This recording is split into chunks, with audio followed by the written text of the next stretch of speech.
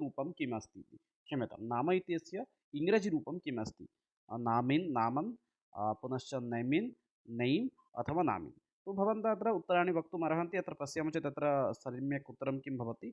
नाम इत्यस्य संस्कृतरूपं किम् इत्युक्ते अत्र नाम इत्यस्य संस्कृतरूपं भवति नेम् इति, NAME, नैम् एव अत्र किं भवति? सम्यक् रूपं भवति। तेन सह सामान्यरूपेण अपि ज्ञातव्यं भवति। अन्ये ये विकल्पाः सन्ति तेषामपि उत्तरं किं भवेत् इति। अत्र नामिन् इति यद् शब्दः अस्ति, कदाचित् परीक्षासु प्रश्नः अपि आगच्छति। नामिन् इति शब्दस्य इङ्ग्रजीरूपं अथवा नामिन् इति रूपः कस्यां भाषायाम् अस्ति इत्युक्ते एषः भवति जर्मनी भाषायां। स्मरणे स्थापयन्तु, कदाचित् प्रश्नः आगमिष्यति नाम इत्यस्य जर्मनी रूपं किम् इति। जर्मनी रूपं भवति NAMEN इति। तथैव नामिन् इति अस्ति, एतस्य किं भवति? न, एतद् भवति लाटिन् भाषायां सः अस्ति, लाटिन् भाषया अस्ति। अतः एतत् सर्वं सामान्यरूपेण स्मरणे स्थापयन्तु। यथा अन्य एकः विकल्पः अस्ति एव, प्रथमविकल्पः नामन् इति यद् अस्ति, एतद् भवति किम्? अस्माकं वास्तविकरूपेण रोमन् स्क्रिप्ट् द्वारा लिखितमस्ति नाम इति। अग्रे गच्छामः इत्युक्ते अत्र N इति न भवति चेत् एतत् किं भवति? रोमन् स्क्रिप्ट् मध्ये अस्ति इति वक्तुं शक्यते एव। परवर्ती अस्ति प्रश्नः, अष्टाध्यायी इत्यस्य कः रचयिता? अष्टाध्यायीग्रन्थं तु वयं जानीमः। अष्टाध्यायी इत्यस्य रचनाकारः कः अस्ति? नागेशभट्टः, भट्टोजिदीक्षितः, रामचन्द्रः अथवा पाणिनिः। तो पश्यामः चेत् अत्र सम्यक् विकल्पः किं भवति? अष्टाध्यायी इत्यस्य रचनाकारः कः अस्ति इत्युक्ते अष्टाध्यायी इत्यस्य रचनाकारः भवति महर्षिपाणिनिः इति। संस्कृतव्याकरणस्य जनकः अस्ति, वयम् एतदपि जानीमः। द्वितीये पुनश्च किं भवति? अष्टाध्यायी यत्र अष्ट अध्यायानां समाहारः भवति, तस्य अपि एषः किं भवति? रचनाकारः भवति। कदाचित् अस्माकं प्रश्नः अपि आगच्छति, मुनित्रयम् इत्युक्ते किम्? अत्र मुनित्रयेषु अपि एतस्य नाम अपि तत्र आगच्छति एव। मुनित्रयं के के इत्युक्ते सूत्रकारः पाणिनिः, वार्तिककारः कात्यायनः, पुनश्च भाष्यकारः पतञ्जलिः। एते भवन्ति अस्माकं मुनित्रयम् इति। अतः एतदपि किञ्चित् स्मरणे स्थापयन्तु एव। परवर्ती अन्य एकः अपि विकल्पः अस्ति, यथा भवन्तः द्रष्टुमर्हन्ति भट्टोचि इति। कदाचित् मनसि अपि प्रश्नः आगच्छति भट्टोचि दीक्षितः कः इति, अतः परीक्षायामपि आगमिष्यति एव भट्टोचि दीक्षितः किं रचितवान् इति। अतः एतदपि सामान्यरूपेण ज्ञातव्यं भवति एव। अतः सामान्यरूपेण अस्माकं ज्ञातव्यं भवति, संस्कृतव्याकरणस्य कश्चन महान् वैयाकरणज्ञः भवति, यः भवति भट्टोजि दीक्षितः। सप्तदशशताब्द्याः एव तत्र किं भवति? व्याकरणज्ञः आसीत्, यद् भवति तस्य कृतिः भवति सिद्धान्तकौमुदी इति। यतः एतदपि स्मरणे स्थापयन्तु एव। तथैव अन्यपि एकः विकल्पः अस्ति, यद् भवति नागेशः इति। यदपि सामान्यरूपेण ज्ञातव्यं भवति, नागेशभट्टः इति तस्य पूर्णनाम भवति एव। नागेशभट्टः अथवा तद् नागोचिभट्टनाम्ना अपि तद् भवति। यद् अस्माकं नव्यव्याकरणम् इति भवति, तस्य नव्यव्याकरणस्य एषः किं भवति? रचनाकारः भवति। यतः नव्यव्याकरणस्य रचनाकारः कः अस्ति इत्युक्ते नव्यव्याकरणस्य रचनाकारः भवति नागेशभट्टः। भट्टोजिदीक्षितः भवति सिद्धान्तकौमुदी। एतत् स्मरणे स्थापयन्तु। उभयोः एव किं तद् कदाचित् परीक्षायाम् आगमिष्यति एव। परवर्ती प्रश्नः अस्ति, प्रश्नं द्रष्टुं शक्नुमः एव। संस्कृतभाषायाः प्राचीनतमरूपं किम् अस्ति? संस्कृतभाषायाः प्राचीनरूपं किं? गद्यं, सङ्गीतं, छन्दः अथवा सूत्रं? वक्तुं शक्नुमः एव। संस्कृतभाषायाः प्राचीनरूपं किम् अस्ति? संस्कृतभाषा यदि पश्यामः चेत् प्राचीनतमरूपं किं भवति? छन्दः इति। कदाचित् परीक्षासु अपि प्रश्नः अपि आगच्छति, संस्कृतभाषायाः प्राचीनतमं रूपं किं? छन्दः भवति संस्कृतभाषायाः प्राचीनतमरूपम् इति। परवर्ती प्रश्नः अस्ति, कः प्राचीनतमवेदः? प्राचीनतमवेदः कः अस्ति? सामवेदः, यजुर्वेदः, अथर्ववेदः, ऋग्वेदः? अत्र वक्तुं शक्यते एव प्राचीनतमवेदः कः अस्ति इति। सामवेदः, यजुर्वेदः, अथर्ववेदः, ऋग्वेदः? पश्यामः चेत् अत्र सम्यक् विकल्पः किं भवति? प्राचीनतमवेदः अस्माकं भवति ऋग्वेदः इति। एतत् स्मरणे स्थापयन्तु। अस्माकं प्राचीनतमवेदः भवति ऋग्वेदः इति। वेदस्य विषये अधिकम् अहं चर्चां न करोमि। ऋग्वेदः वास्तविकरूपेण किं भवति? मन्त्रात्मकः भवति। ऋग्वेदः किम् इत्युक्ते मन्त्रात्मकः भवति ऋग्वेदः।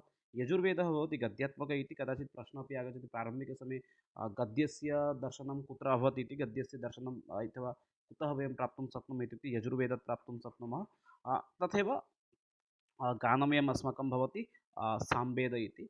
अथर्ववेदः एव औषधीयसम्पर्के अस्ति। अतः कदाचित् वेदत्रयी इति अपि प्रश्नः आगच्छति। अतः एतदपि स्मरणे स्थापनीयं। साम, यजुर् एते सर्वे तत्र आगच्छन्ति एव।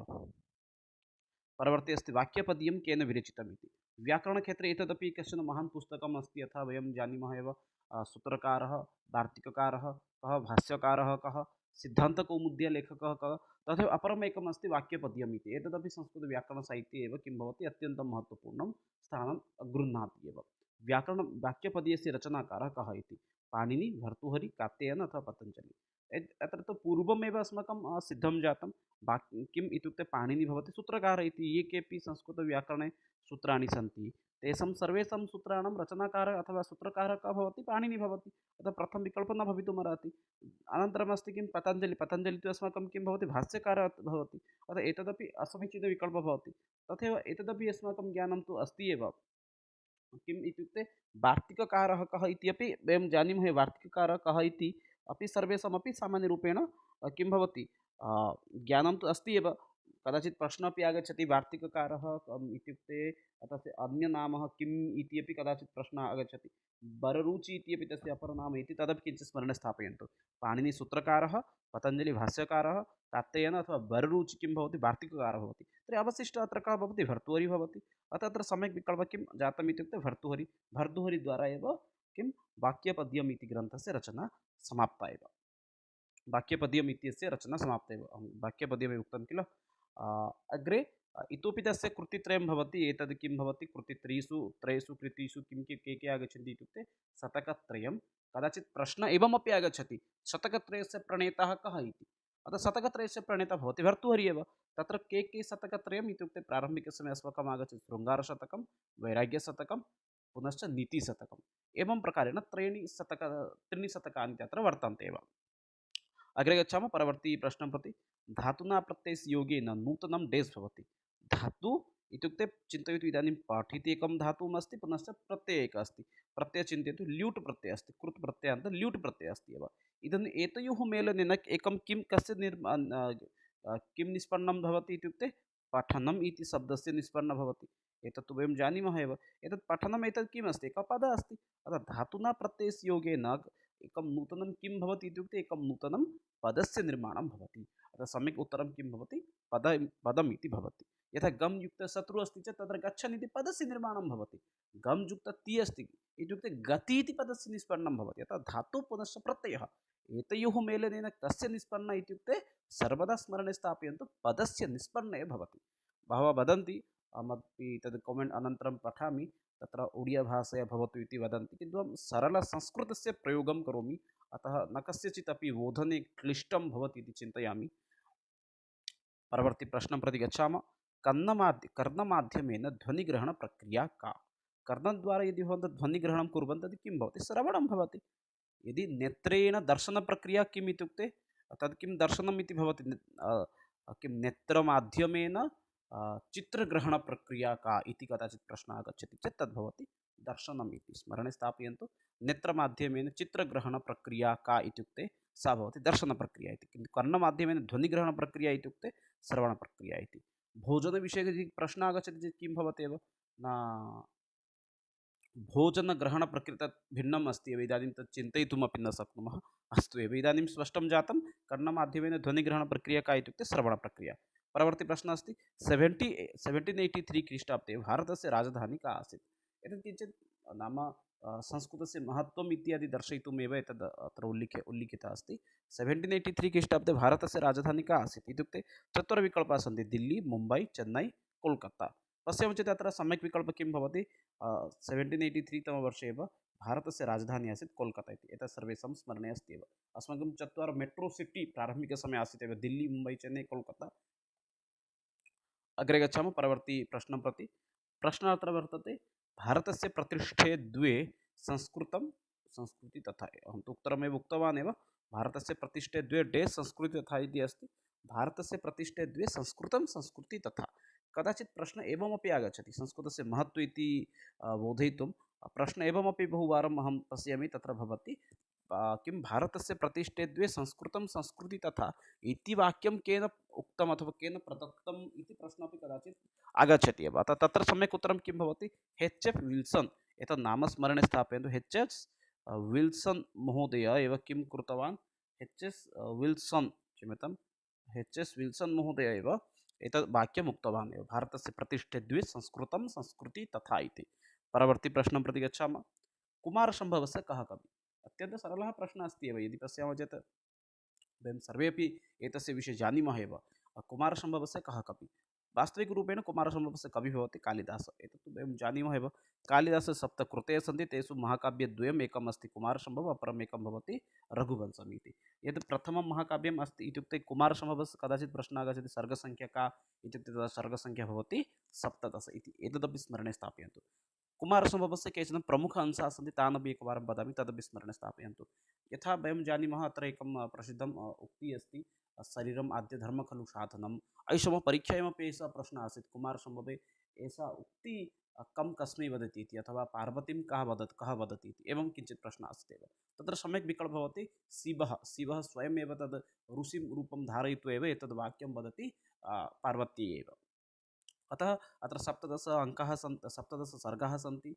तदुपरान्त एतद् किं भवति, अत्र शरीरमाद्यधर्म खलु साधनम्, एतद् वाक्यं पार्वत्याः कृते एव शिवः वदति। पुनश्च इतोपि अत्र स्कन्दपुराण, शिवपुराण, रामायणात् एव एतत् किं भवति, उपजीव्यग्रन्थः भवति। सर्गसङ्ख्या 17 भवति।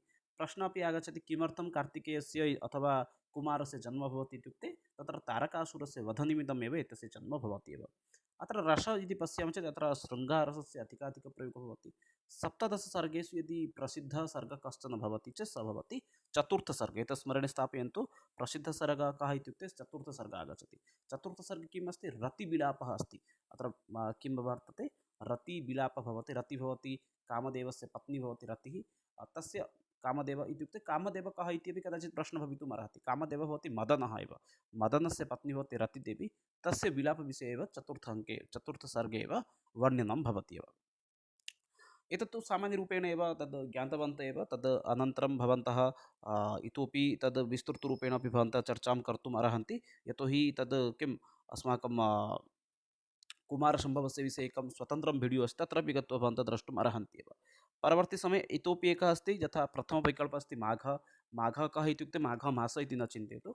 माघः भवति संस्कृतसाहित्यस्य कश्चन कविः एव। माघः किं भवति, माघस्य यद् कृति भवति शिशुपालवद्धम् इति, तदपि अस्माकं पञ्चमहाकाव्यस्य अन्तर्भुक्तं भवति। अत्र सर्गसङ्ख्या भवति 20 इति, एतदपि स्मरणे स्थापयन्तु। सर्गसङ्ख्या भवति 20 इति।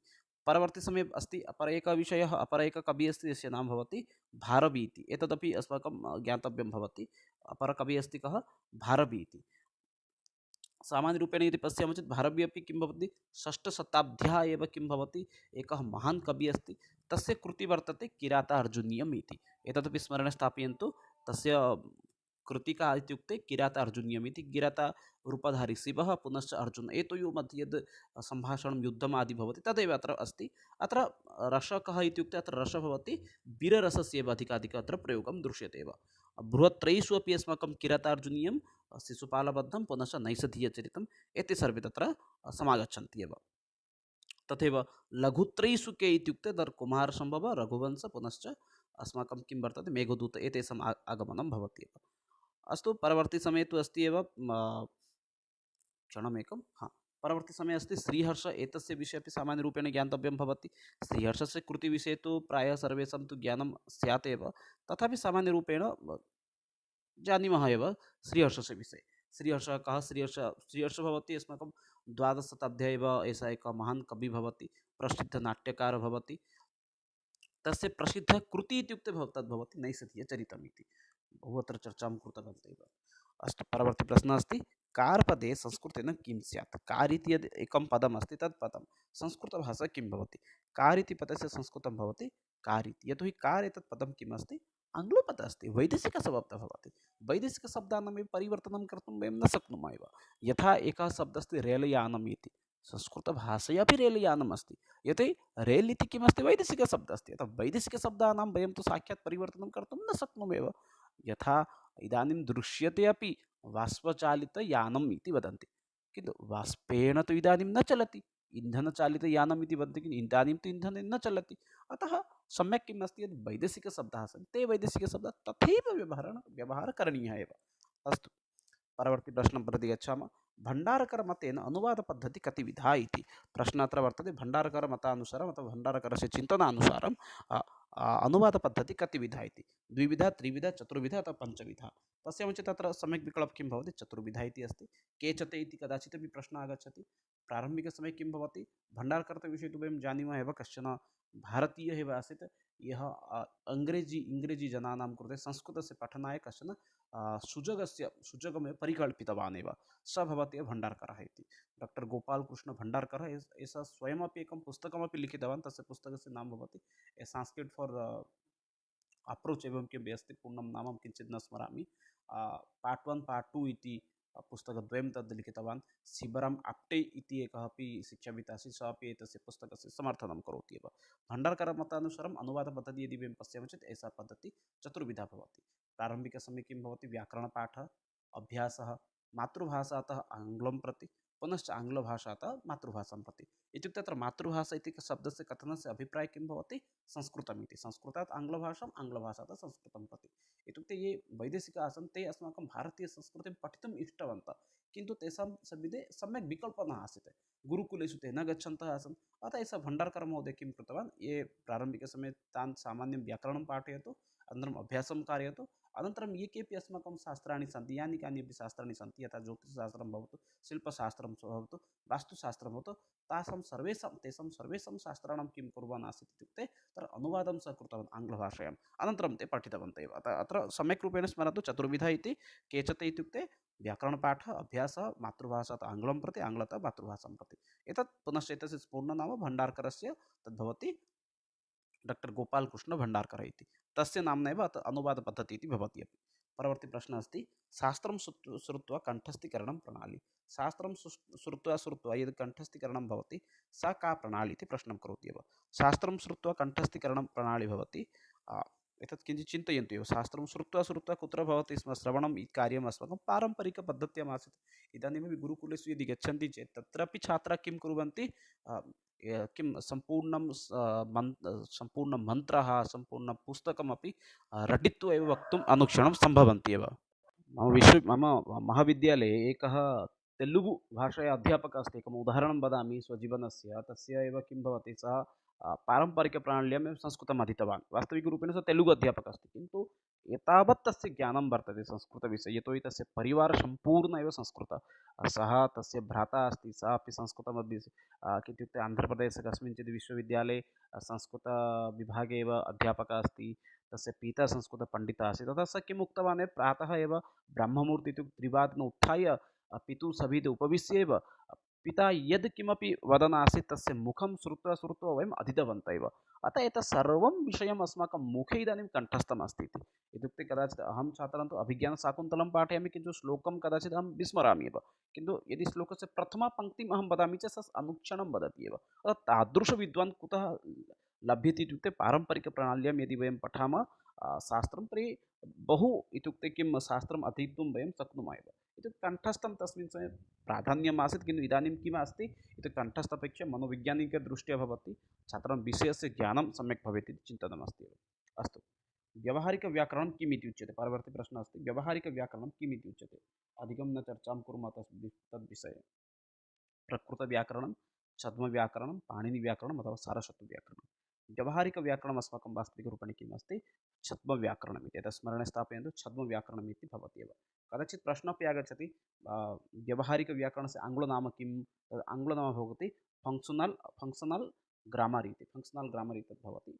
परवर्तिसमये तात्विकव्याकरणम्, एतस्य आङ्ग्लरूपं किम् अस्ति, तत् तात्विकव्याकरणं भवति फार्मल् व्याकरणम् इति। अतः एतत् पदद्वयं किञ्चित् भवन्तः स्मरणे स्थापयन्तु एव। अस्तु, परवर्ती प्रश्नं प्रति गच्छामः। संस्कृतशिक्षणार्थं डेस् अध्ययनम् आवश्यकम् अस्ति। संस्कृतं यदि भवन्तः पठितुम् इच्छन्ति, तदर्थम् एतेषु कस्य अध्ययनम् अत्यन्तम् आवश्यकम् अस्ति। तर्हि तत्र प्रमुखं भवति संस्कृतशिक्षणार्थं व्याकरणस्य अध्ययनम् अत्यन्तम् आवश्यकं भवति। संस्कृतशिक्षणार्थं व्याकरण अध्ययनस्य अत्यन्तम् आवश्यकं भवति। यदि व्याकरणम् अत्र न भवति चेत् तत्र साहित्यं भवति, साहित्यम् इति चेतव्यं। यदि साहित्यस्थाने यदि भाषा इति भवति, भाषा इति तत्र चेतव्यम्। अतः विकल्प अनुगुणमेव सर्वदा ग्रहणीयं भवति एव। यदि यत्रापि एवं भवति, संस्कृतशिक्षणार्थं डेस् अध्ययनम् आवश्यकं, तत्र श्लोकस्य स्थाने भवति संस्कृतभाषाश्रवणस्य, अनन्तरं कथनस्य, अन्तिमे एकः विकल्पः भवति, किं तत्र उच्यते, तत्र भाषापरिवेशस्य इति। तत्र भाषापरिवेशस्य अत्यन्तम् आवश्यकं भवति एव। अतः एषः विषयः प्रश्नः अन्यः भवति एव, विकल्पान् दृष्ट्वा एव तत् लेखनीयं भवति एव। परवर्ती समये अस्ति, प्रश्नः अस्ति, व्याकरणं डेस् स्मृतम् इति। व्याकरणम् इत्युक्ते किं, श्रोतं, चक्षु, घ्राणम् अथवा मुखं। व्याकरणं नाम किं, पश्यामः चेत् तत्र सम्यक् विकल्पः किं भवति, व्याकरणं नाम मुखम् इति। यद् वेदाङ्गपुरुषः अस्माकं पूर्वमपि अस्ति, तस्य वेदाङ्गपुरुषस्य मुखं किम् इत्युक्ते तद् मुखं भवति व्याकरणम् इति। एतत् सामान्यरूपेण स्मरणीयमेव।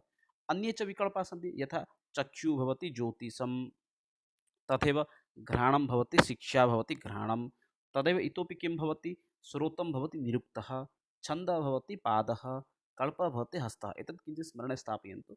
श्रोतं निरुक्तः, चक्षु ज्योतिषं, घ्राणं शिक्षा, कल्पः हस्तः, छन्दः पादः। एवं प्रकारेण तद् वेदाङ्गपुरुषस्य षड् अङ्गानि सन्ति एव। परवर्ती प्रश्नः अस्ति, एतद् आरोहपद्धतितः एव गृहीतं भवति।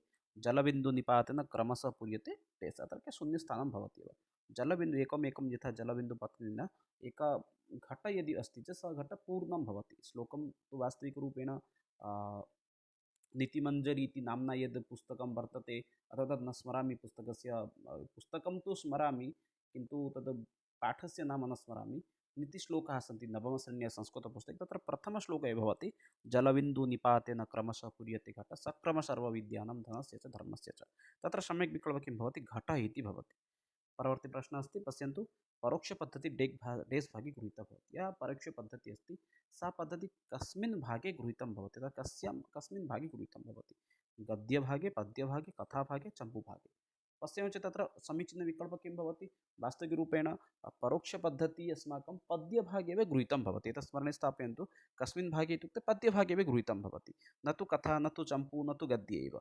इतोपि परोक्षपद्धतिद्वारा वयं किं पाठयितुं शक्नुमः, पद्यपद्धतिद्वारा परोक्षपद्धतिद्वारा इतोपि वयं अतिरिक्तसाहित्यं, पुनश्च नाटकं तु न वक्तुं शक्नुमः, कथा इत्यादि अपि पाठयितुं वयं शक्नुमः एव।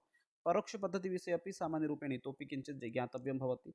वास्तविकरूपेण किं भवति, एषा तु अमनोविज्ञानिपद्धतिः इति भवति।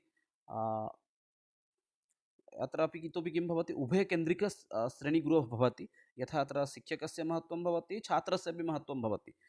तदुपरान्त ज्ञातात् अज्ञातं प्रति गच्छति। प्रश्नः आसीत् गतवर्षे, ज्ञातात् अज्ञातं प्रति गमनं का पद्धतिः अनुसरति। ज्ञातात् अज्ञातं प्रति गमनम् अस्माकं भवति परोक्षपद्धतिः इति। अत्रापि इतोपि शिक्षकः किं करोति, अनायासेन श्रेणीगुरे पठनकार्यं चालयति एव। एते सर्वे केचन गुणाः भवन्ति परोक्षपद्धत्या एव। परोक्षपद्धतिः अपि कुत्रचित् आगच्छति, परोक्षपद्धतिः अपि कया नाम्ना प्रसिद्धं भवति इति। परोक्षपद्धतिः सूत्रपद्धतिनाम्ना अपि प्रसिद्धं भवति एव। अस्तु, परवर्ती प्रश्नं प्रति गच्छामः। उपस्थापनसोपाने शिक्षकः प्रथमं किं करोति। उपस्थापने यदि सोपानं वयं यदि स्मरामः चेत् उपस्थापनसोपाने शिक्षकस्य प्रथमं कार्यं किं भवति, आदर्शवाचनं, छात्रदर्शनं, कथाश्रवणं, पाठलिखनम् इति। एतस्य उत्तरं यदि भवन्तः पुस्तकं पश्यन्ति, संस्कृतशिक्षणशिक्षादानपद्धतिः, तर्हि पुस्तके उभयत्र भिन्नं भिन्नं मतमस्ति एव। कदाचित् अहं स्मरामि कथम् एतत् पुस्तकम् इत्युक्ते सर्वकारेण गृहीतम्, अत्र संशोधनम् एतस्य पुस्तकस्य न भवति, वारं वारम् एतस्य पुस्तकस्य अपि अनुकरणार्थं छात्रान् निर्दिशति। यथा अत्र अस्माकं गद्यशिक्षणे सोपानत्रयम् इति अस्माकं ज्ञानं तु वर्तते एव। एकः उपक्रमः इति तु प्रथमं भवति, यथा प्रस्तावना इति, तदुपरान्त आगच्छति उपस्थापना इति, अनन्तरम् आगच्छति प्रस्तुतिः इति। उपक्रमः, उपस्थापना, प्रस्तुतिः इति तत्र सोपानत्रयं वर्तते एव। तत्र यदि प्रारम्भिकसमये इत्युक्ते चतुर्थ-पञ्चमे पुटे यदा अहं दृष्टवान्, तत्र किम् अस्ति, प्रयोगे इति स्थाने, अथवा तद् प्रयोगे इति स्थाने प्रयोगे इति प्रस्तुति इति स्थाने तत्र उल्लिखितः अस्ति, प्रस्तुतितः प्रयोगे इति स्थाने उल्लिखितः अस्ति आदर्शवाचनम् इति। 7-8 पुटानि अथ इत्युक्ते प्रत्यक्षपद्धतिं यदा अहं गतवान्, तत्र अहं दृष्टवान् उपस्थापनसोपाने अस्ति आदर्शवाचनम् इति। अतः पुस्तके सामान्य तु टङ्कणदोषः भवति, तत्र न चिन्तनीयमेव। आदर्शवाचनसोपाने शिक्षकः किं प्रथमं करोति, आदर्शवाचने शिक्षकः प्रारम्भिकसमये, क्षम्यताम्, उपस्थापनसोपाने शिक्षकः प्रारम्भिकसमये आदर्शवाचनं करोति। अतः अन्यत्र न चिन्तनीयम्, अन्यत्र विषये न लेखनीयं, न द्रष्टव्यं, स्मरणे स्थापनीयमेव। उपस्थापनसोपाने शिक्षकस्य प्रथमं कार्यं किं, तद्भवति आदर्शवाचनम् इति। आदर्शवाचनं तस्य अंशः अस्ति एव, न तु प्रथमं कार्यम् इति। परवर्ती प्रश्नः अस्ति एव, आङ्ग्लभाषा एव अत्र लिखितमस्ति एव। किं किम् इति अस्ति, प्रयोगः इत्यस्य आङ्ग्लरूपं किम् इति। प्रयोगः इति यः शब्दः भवति, तस्य शब्दस्य आङ्ग्लरूपं किम् अस्ति इति। अत्र प्रेजेण्टेशन्, अप्लिकेशन्, कम्पेरिसन्, प्रीपार्टिशन्, क्षम्यतां, सामान्य उच्चारणदोषः भवति एव। तत्र प्रथमे किम् अस्ति, प्रथमशब्दस्य उच्चारणं भवति प्रस्तावना अथवा उपक्रमः। अनन्तरम् अस्ति प्रेजेण्टेशन् इत्युक्ते प्रस्तुति इति भवति। एतत् सर्वं स्मरणे स्थापयन्तु। एतस्य भवति प्रस्तावना अथवा उपक्रमः इति उपक्रमः इति। प्रेजेण्टेशन् इत्युक्ते एतस्य उत्तरं भवति एव प्रेजेण्टेशन् इति प्रस्तुतीकरणम्। एतदपि स्मरणे भवेत् एव। अप्लिकेशन् इत्युक्ते किं भवति, तत्र प्रयोगः इति भवति। अत्र सामान्य उपरि अधः अस्ति एव। कम्पेरिसन् इत्युक्ते तुलना इति भवति। अतः प्रयोग इत्यस्य शब्दस्य अर्थं किं भवति, अप्लिकेशन् इति। परवर्ती प्रश्नं प्रति गच्छामः। एकमात्रविशिष्टः कालः कस्य अस्ति? एकमात्रविशिष्टः कालः कः? एकमात्रविशिष्टः कालः ह्रस्व दीर्घ प्लुत अथवा गुरु। एकमात्र उच्चारणार्थं यदि समयः आगच्छति चेत् एकमात्र उच्चारणकालः भवति ह्रस्वः इति। ह्रस्वस्य एकमात्रकालः, दीर्घस्य द्विमात्रकालः, दीर्घ प्लुत त्रिमात्रकालः। एवं प्रकारेण तत्र प्रसिद्धमस्ति एव। अग्रे परवर्ती प्रश्नः अस्ति। एतत् भाषणकौशलसन्दर्भात् वर्तते एव। परा पश्यन्ति वैखरी डेश्च चतुर्विध वाणी। परा पश्यन्ति वैखरा मध्यमा इति वाणेः चतुर्धा रूपं भवति एव। परा पश्यन्ति वैखरी मध्यमा इति वाणेः चतुर्धा रूपं भवति एव। परवर्ती प्रश्नः अस्ति। मारुतस्तु उरसि चरन् मन्दं जनयति किं? फलं बलं सुरं पीडाम्। पश्यामः चेत् अत्रापि सम्यक् विकल्पः किं भवति? मारुतस्तु उरसि चरन् मन्दं जनयति बलं। मारुतस्तु उरसि चरन् मन्दं जनयति बलम् इति रूपम् उत्तरं शुद्धं भवति। परवर्ती प्रश्नः अस्ति। श्रेणीगृहनिकटे उच्चाङ्गस्वरः पाठश्रवणे सृजति। यदि श्रेणीगृहनिकटे यदि उच्चस्वरेण यदि भवन्तः पठन्ति, तेन का हानिः भवति, का समस्या भवति? वेगः, बाधा, बुद्धिः अथवा आग्रहः। श्रेणीगृहनिकटे यदि उच्चस्वरेण पठनं भवति, तेन किं भवति? बाधां सृजति, बाधा सृष्टिः भवति एव। अतः उच्चाङ्गस्वरेण न पठनीयः एव। शिक्षणप्रणाली द्विविधा। एका अस्ति मौखिकप्रणाली, अपरा एका का इत्युक्ते एका मौखिक, अपरा एका अस्ति लिखनप्रणाली। शिक्षणप्रणाली या शिक्षणप्रणाली अस्माकं द्विविधा अस्ति। एका प्रणाली अस्ति मौखिक, अन्य एका प्रणाली अस्ति लिखनम् इति। परवर्ती प्रश्नः अस्ति। पाणिनिव्याकरणमतेन संस्कृतभाषायां वर्णसङ्ख्या। पाणिनिव्याकरणानुसारं संस्कृतवर्णमालायां वर्णसङ्ख्या का इति। सम्यक् विकल्पः अत्र किं भवति? अत्र 42 इति वर्णः इति तत्र भवति एव। कदाचित् एवमपि प्रश्नः भविष्यति, केच ते द्वाचत्वारिंशत् वर्णाः इति। तत्र भवन्तः अपि किं तत्र चेतुमर्हन्ति, वक्तुमर्हन्ति। तद् द्वाचत्वारिंशत् के वर्णाः इत्युक्ते प्रारम्भिकसमये हर्षध्वनिः चत्वारः, क्षम्यतां, क्षणं हर्षवर्ण, हर्ष इत्युक्ते अ, इ, उ, ऋ, लृ इत्युक्ते लृ इति प्लुतवर्णः अपि योजनीयमेव। पञ्च, ए ऐ ओ उ इति चत्वारः आहत्य भवति 9। स्पर्शवर्णः इत्युक्ते सर्वे क च ट त प इत्युक्ते पञ्चवर्गीयवर्णः संख्या भवति पञ्चविंशतिः। चत्वारः अन्तस्थवर्णः, चत्वारः उष्णवर्णः, आहत्य संख्या भवति 33। आहत्य संख्या किम् अस्ति इदानीं? 42। स्मरणे स्थापयन्तु। चत्वारः हर्षस्वरः, पुनश्च एकः प्लुतवर्णः, आहत्य 5। ए ऐ ओ उ चत्वारः 9। स्पर्शवर्णानां संख्या अस्ति 25, ये भवन्ति क च ट त प वर्गीयवर्णाः। चत्वारः अन्तस्थः इत्युक्ते य र ळ व, एवं चत्वारः उष्णवर्णः इत्युक्ते श ष ष ह। आहत्य संख्या भवति 33, आहत्य संख्या भवति 9। अनन्तरं भवतु पश्यन्तु 42 वर्णाः सन्ति। विना शब्दं पठनं किं पठनं? शब्दं विना यदि भवन्तः पठन्ति तर्हि तत् पठनं कीदृशं पठनं भवति? आक्षरिकपठनं, गृहपठनं, सस्वरपठनम् अथवा मौनपठनं। विना शब्देन यदि भवन्तः पठन्ति तर्हि तद् किं पठनं भवति इत्युक्ते तत् मौनपठनं भवति। एतत् स्मरणे स्थापयन्तु। यतो हि अत्र शब्दमेव न आगच्छति, तद् प्रश्नात् एव स्पष्टं भवति। एतत् पठनं कीदृशं पठनम् इत्युक्ते एतत् पठनं भवति अस्माकं मौनपठनम् इति। अन्ये ये विकल्पाः सन्ति तानपि सामान्यरूपेण ज्ञातव्यं भवति। यथा आक्षरिकपठनं नाम किं? कदाचित् प्रश्नः आगमिष्यति, आक्षरिकपठनं नाम किम्? एकम् अक्षरं दृष्ट्वा यत् पठनं भवति तद् भवति आक्षरिकपठनं। पठनं यदि प्रश्नः आगतः अथवा पठनकौशलसम्पर्के सामान्यरूपेण अपि ज्ञातव्यं भवति। पठनस्य तत्र विभागत्रयं भवति। एकमस्ति मुखरता, भावग्रहणीयता, पुनश्च भवति पठनगतिः इति। तद् मुखरता इत्यस्य एव अंशः एव किं भवति? सस्वरपठनम्। अन्यमेकमस्ति मौनपठनम् इति। सस्वरपठनम् इत्युक्ते स्वरेण सह यत् पठ्यते तदेव भवति अस्माकं सस्वरपठनम् इति। सस्वरपठनमपि वास्तविकरूपेण किं भवति? त्रिषु भागेषु विभक्तं भवति। एकमस्ति चतुर्षु भागेषु। एकमस्ति लययुक्तपठनं, मौखिकपठनम्, एकमस्ति आक्षरिकपठनं, पुनश्च गृहपठनम्। अक्षरपठनम् इत्युक्ते किम्? ओरल् रीडिङ्ग्। एतत् किञ्चित् वर्ड् वैस् क्षम्यतां, वर्ड् बै वर्ड् रीडिङ्ग् तद् भवति आक्षरिकपठनम्। एकमेकं पदं दृष्ट्वा पठनमेव भवति अस्माकं वर्ड् रीडिङ्ग् इति। तथैव अन्ये ये सन्ति यथा मौनपठनं। मौनपठनम् इत्युक्ते किं? मौनपठनं नाम भवति मौनपठनम् इत्युक्ते मौनमेव स्थित्वा पठनमेव, तद् अग्रे अधिकं तु न वक्तुं शक्नुमः एव। पुनश्च गृहपठनं, कदाचित् प्रश्नः गृहपठनम् इत्युक्ते किं? गृहपठनं नाम होम् रीडिङ्ग् भवति। सस्वरपठनं तु ज्ञातवन्तः एव, सस्वरपठनम् इत्युक्ते सौण्ड् रीडिङ्ग्, यत् स्वरेण पठ्यते तद् भवति सौण्ड् रीडिङ्ग् इति। अस्तु, परवर्ती प्रश्नं प्रति गच्छामः। किं वर्णस्य उच्चारणस्थानं न भवति? वर्णस्य उच्चारणस्थानं नास्ति एव। कण्ठः, तालु, दन्त्यः, पादः। प्रश्ने यदा आगतं तत् संस्कृतस्य उच्चारणसम्बन्धीय प्रश्नः अस्ति, अतः सामान्यरूपेण अन्येषामपि ज्ञातव्यं भवति एव। यथा किं वर्णस्य उच्चारणस्थानं नास्ति इत्युक्ते अस्माकं मुखात् एव वर्णस्य उच्चारणं भवति।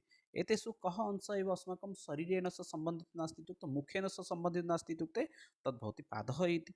अतः अस्माकम् अत्र सम्यक् विकल्पः किं भवति? वर्णस्य उच्चारणस्थानं न भवति इत्युक्ते पादः एव भवति, अस्माकं वर्णस्य उच्चारणस्थानं न भवति एव। कण्ठे यदि पश्यामः चेत् अकुह विसर्जनीयानां कण्ठ इति भवति। दन्तः भवति चेत् तालु अनन्तरम् अस्ति, तालु भवति अस्माकम् इचु यशाणां तालु।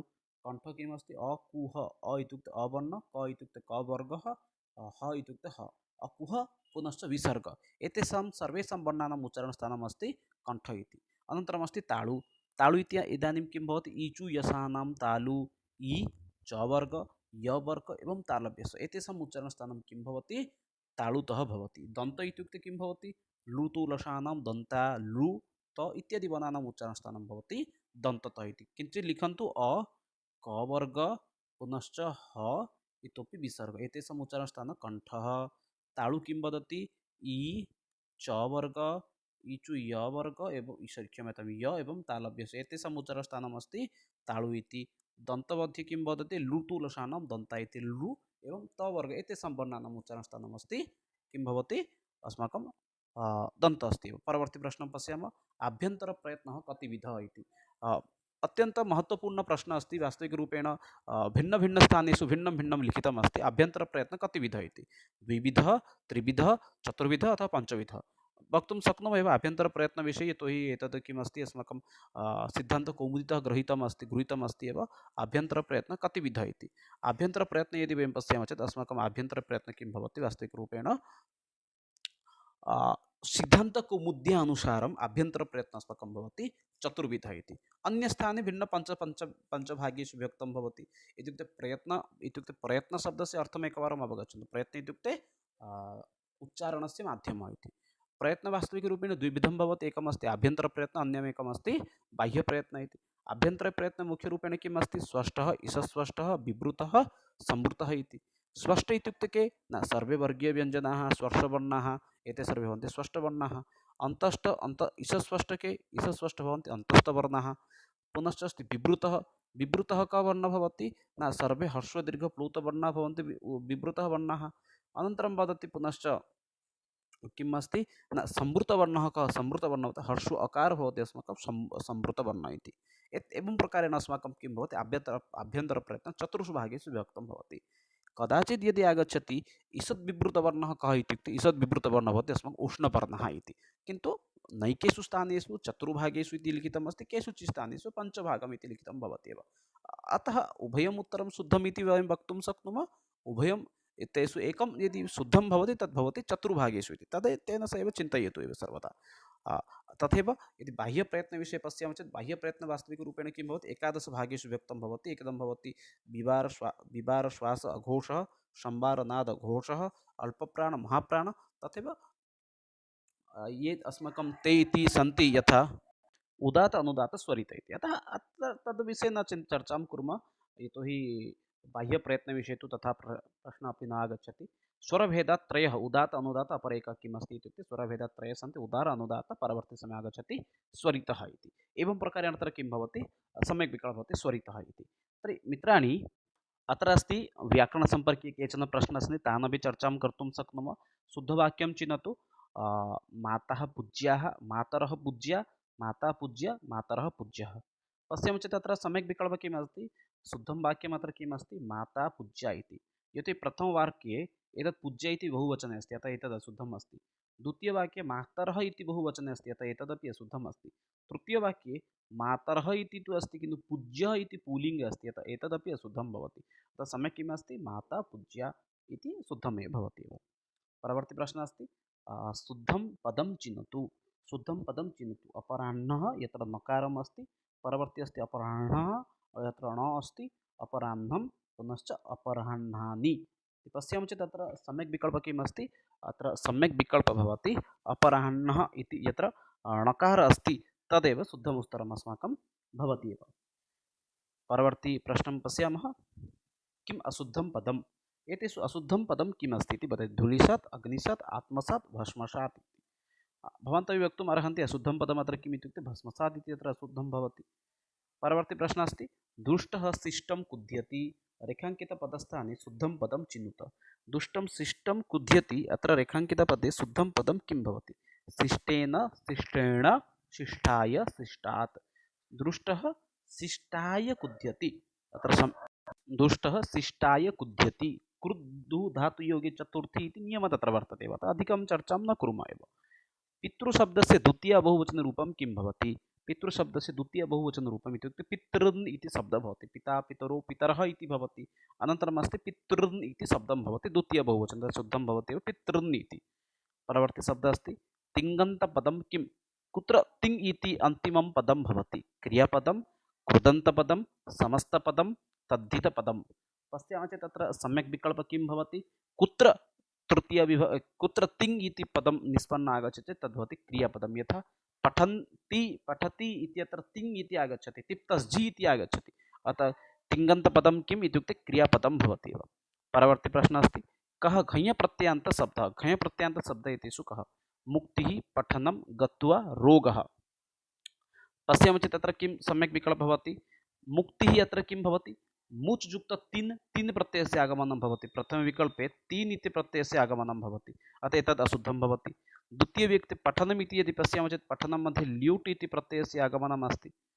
तृतीयविकल्पे त्वा इति विकल्पस्य आगमनं भवति, अतः त्रिषु स्थानेषु प्रत्ययः अस्ति। एकस्मिन् स्थाने तीन्, त्वा, पुनश्च ल्यूट् अस्ति, अतः रूज् युक्त घञ् रोगः इति पदस्य निष्पन्नं भवति एव, अतः सम्यक् विकल्पः अत्र रोगः इति भवति एव।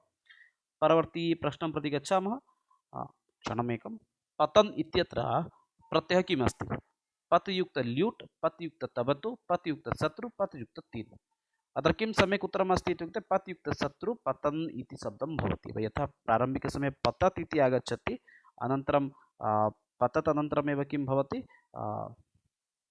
क्षणमेकं। पतत् इति शत्रुप्रत्ययान्ते आगच्छति, अनन्तरं तत्र नपुंसकलिङ्गे भवति, पतत् परं भवति पुल्लिङ्गे पतन्, नपुंसकलिङ्गे पतन्ति, क्षम्यतां, पतन्ति इति रूपमेव भवति एव। पतयुक्त तबतु मध्ये पतितवान् अथवा पतितवती भवति, पतियुक्त ल्यूट् मध्ये पतनम् इति भवति एव। अस्तु, परवर्ती प्रश्नं गच्छामः। अग्नित्यस्य स्त्रीप्रत्ययरूपम्, अग्नित्यस्य स्त्रीप्रत्ययरूपम् अग्नायि इति स्मरणे स्थापनीयः भवति। अग्नि, अग्नायि इति आगच्छति एव। अस्तु, इतोपि व्याकरणसम्पर्के कश्चन प्रश्नः भवति, अव्ययभाव समाससन्दर्भात् एव अस्ति। यथा सुखं सुखम् अनतिक्रम्य, यथा सुखं सुखम् अनतिक्रम्य इति भवति एव। अनन्तरम् अस्ति शान्तं, शान्तम् इत्यत्र कः किमस्ति? अत्र प्रत्ययः अस्ति संयुक्त तिं, संयुक्त त्वा, संयुक्त त अथवा संयुक्त तबतु। अत्र सम्यक् विकल्पः किं भवति? शान्तः इत्यत्र संयुक्त त शान्तः इति भवति। संयुक्त तीन् भवति चेत् शान्ति इति भवति। तबतु प्रत्यये तु भिन्नप्रसङ्गः अस्ति, किन्तु अत्र सम्यक् विकल्पः किं भवति? संयुक्त त शान्तम् इति पदं निष्पन्नं भवति एव। अस्तु, अग्रे अस्ति क्षणमेकं, व्याकरणसम्पर्कीय प्रश्नः भवति। मत्वा, अत्र किं भवति? धातु पुनश्च प्रत्ययः किम् अस्ति? मन्युक्तत्वा मत्वा इति भवति। मन्युक्तत्वा मत्वा इति भवति। मन्युक्तता मतः इति आगच्छति, अत्र मन्युक्तता मतः, मन्युक्ततीन् मतिः, मन्युक्ततवतु तु भिन्नप्रसङ्गः अस्ति, तत्तु मम ध्याने नास्ति, किन्तु अत्र मज्युक्तत्वा मन्युक्तत्वा मत्वा इति भवति। अत्र ता प्रत्यये मतः